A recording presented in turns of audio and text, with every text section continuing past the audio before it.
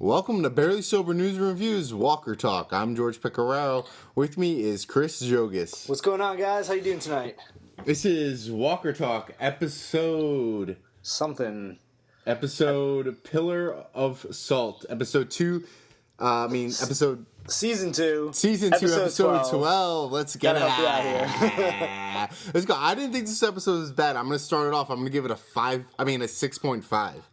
Right. Chris. Yeah. What'd you give it? I know it wasn't the best episode, but what do you think of it? I liked this episode. I thought it was good. I'm giving it a 6.1, and only because I feel like it was slightly better than the other episodes we've seen, but also we're just riding that pretty good, like enjoyable episode, interesting, but nothing crazy yet. So to me, I think it's the best episode of the season. Like, I'll agree.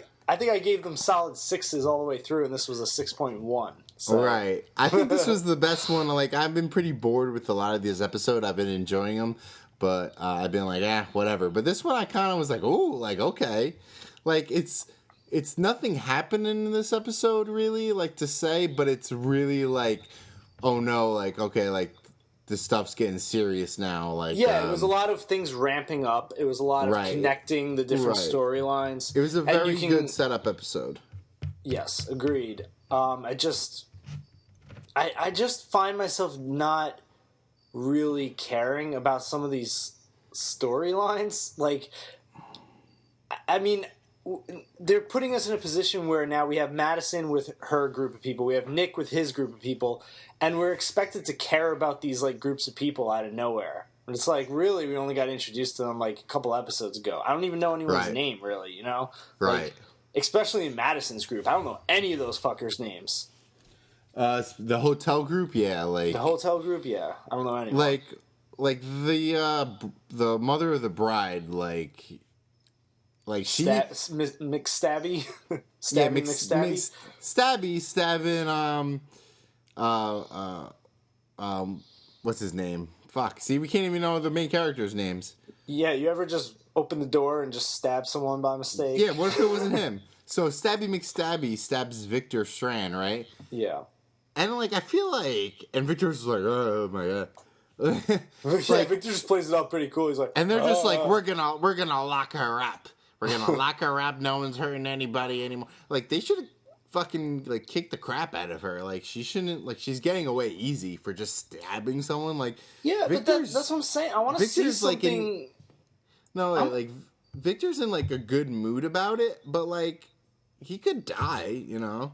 Absolutely. He's in way too good of a mood about it. And I feel like we've seen this like a million times. Not this exact scenario, but we've seen like, oh, someone does something kind of bad and then they don't know how to deal with it. I want to see something like totally different that we haven't seen before. That's like really just epic TV. I don't consider any of this epic TV, you know? This isn't making any history books here. Yeah, like... I mean, no one's winning Victor, any Emmys because the Emmys are on right now. No one's winning any Emmys for this shit.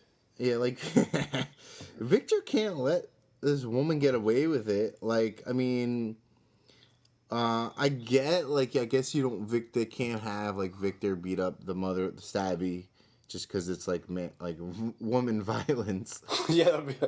But like Madison should be able to like slap some business up in Stabby, you know, like I think her name's Eileen.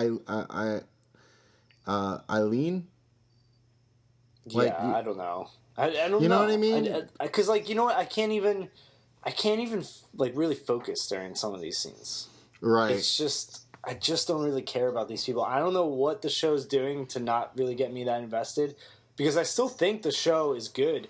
I still think the character development in the show is great. Like, I feel like I know these characters much better in Season 2 than I knew the Walking Dead characters in Season 2.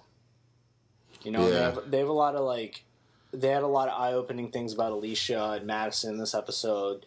They really kind of showed that dynamic and how Alicia feels, right? You know, second class to Nick and all that. Definitely. Which is totally true. I mean, geez, Madison, like... She's risking everybody's safety or just the people that she has safe now, like, in control. She's just risking it just for Nick. Yeah. So it's not good. I mean, like Alina, the girl who was with Madison going to get the drugs or the other things just to kind of help Strand out. Yeah. Like she kind of like seeing them like she has what, a son that's over with that group, the Guns. Yeah. Was that a son? I'm not even sure who that was to her. Right. She has, yeah, I think it was her son. I thought And so too. she Yeah. came back and her brother, she has like two sons. So I don't know, like if people are leaving like the group, everyone's a group for like the safety of, I don't know, this other group, Yeah. I thought that was an interesting way to tie together the storylines that I didn't see coming, to be honest. I didn't know that it was like going to be through the drug cartel or whatever that all these storylines would be connected. So I thought that was kind of cool. Yeah. Let's talk a little bit about Madison, though. Like, what was she, Rick 2.0 right yeah, now? Rick, yeah, 2.0, like barely even. She's like... Well, they had that like little montage. It's like all of a sudden they're like farming and getting the generators up and running, and Alicia's like she's having surfboard lessons. What the fuck? Like she's trying to be Rick, but she's no Rick. Yeah, no. Like she's trying to. She's the leader, I guess you can say, but like she's doing foolish things that like, and she's like, yeah. I feel like if someone stabbed someone in Rick's group, he would. That's not okay. Like, what I mean? He wouldn't let things like that fly. Yeah, he wouldn't no make stupid judgments about like putting on the hotel lights at night. Oh yeah, definitely not. You know what I mean? So it's just like, as much as they're trying to make Madison like the Rick of Fear the Walking Dead, she's still like being irrational, I think, in ways that Rick wouldn't be. Do you like Madison as a character? I kind of go back and forth on her. I don't know. Her acting seems like pretty stiff sometimes. Yeah, I don't really like Madison. Yeah, I don't know. And so if they're trying to make her like that Rick leader character, maybe they're setting her up for failure. It's like too early to say, but I don't know. I mean, the people that I'm drawn most to in the show are definitely like Chris and Travis and Nick. Right. And maybe a little Victor. Victor's pretty cool. So then can you blame Madison for trying to get Nick back? Yeah, Alicia's boring. I don't know. Yeah, I don't know. Like, I don't know. Like, as much as, like, I know Madison, like, Nick is Madison's son, but, like, you're right. She's, like, this guy is barely leaving you, like, doesn't want to be around you. Well, yeah, I wanted to talk about that, too, tonight. I mean, Nick is, he definitely was one of my favorite characters. I'm still find him as, like, one of the most interesting people to watch on screen. But, like, he's a really kind of shitty person. I mean, I guess we should have guessed it from, him being, like, a drug addict and leaving his family before. He's basically doing the same thing now. But it's like, damn, dude. Like, you just, like, run off to this other village. Like, he cares about these random strangers more than he cares about his own family. You're right. He's doing things with OxyContin and trying to go to this drug cartel and all these sort of things. He even says in this episode... But he doesn't want to be around his mom. He even says in this episode, he tells Alejandro, he goes, I care about these people. I care about this place or whatever. It's like... Right. He's a person... Are you either like a piece of shit that doesn't care about anyone, or...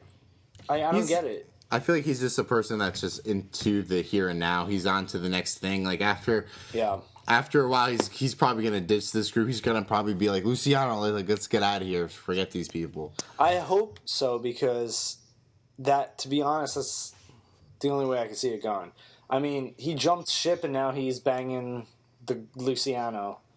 Yeah. Maybe that was his motive. He's just like, there's no chicks really besides my sister in this group, so maybe let me jump ship while I can. He's just driven by hormones. Yeah, it's a possibility. I mean, like, well, that finished with Nick having the cartel kind of looking at him through the binoculars. So that I guess Luciana said that they don't know where they live, like where their town is. So like that's like one thing, and now they found him. So like I guess you could say that this cartel is gonna start. I think it's Marco. Marco is gonna maybe attack the town in some way, you know? Well, yeah, I'll tell you that sounds like that's going to happen, and also there's going to be a lot of repercussions from Madison turning the lights on in that hotel. Oh yeah, well, did you see the preview for next season? No, I turned it off before that went. Okay, well, let's also go by real quick though. Travis sees the hotel, and it looks like he's heading towards the hotel. Right, which was kind of a cool reveal too, because you're like, oh, you at first think, oh, one of the drug guys is watching the hotel, and then it kind of pans up, and you're like, oh shit, that's Travis. Actually, that was pretty cool. I actually like that moment a lot. Right. So, but it seems like Travis is by himself. He's not with Chris, his son. So, I mean, who knows what happened with that? Maybe the son he couldn't do anything with his son. He couldn't try to save him or make him like normal. I guess he kind of just had to let him go with this group of boys, these kids. I mean, I guess which is kind of sad because like he left to try to get him, you know, and his son's kind of like now a murderer in a way. Yeah. It's also interesting. I mean, we've seen Travis in one episode, right? This whole half season so far. Yes, and that was the episode where where Chris shot the guy, like the farmer. Yep. Mm-hmm. It's funny because during season 1, when I was watching the show, I totally thought that Travis was like the new Rick, the new main character, but clearly I don't think that's really the case. He's kind of more of a side character. Right. And well, here's what I wanted to bring up is in the preview for next week, they have a gate like locked up, and there's a group of people pushing on the gate. Who has a gate? The hotel has a gate. And there's a group of people pushing on the gate saying like, "Hey, let us in, please let us in." Oh yeah. So it's not just Travis. It's not like maybe the drug cartel or Nick seeing it. Like random people who are around saw it. Yeah, well, I guess want to get into the hotel. Can you imagine that though? Being in the apocalypse, it's dark every night, no lights on at all, for months and months, and then all of a sudden, like this giant hotel lights up and starts flashing its lights for a while. That's gonna definitely catch the attention of anyone hiding out in the area. Oh yeah, definitely. Especially. That was a dumb move, and she didn't even get Nick's attention.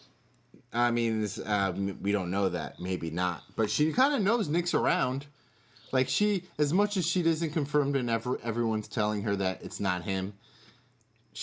I feel like she feels like he's around. Well, it's a pretty educated guess. I mean, it's only 15 miles away from them, as they say. Right, most of the world is dead. It's another American guy. He's got brown hair, and he's doing stuff with Oxycontin. It's like, yeah, that sounds like Nick. Yeah, the druggy white boy, and majority of the people are dead in the world. So right. You're right. It's a pretty safe bet to say it is Nick.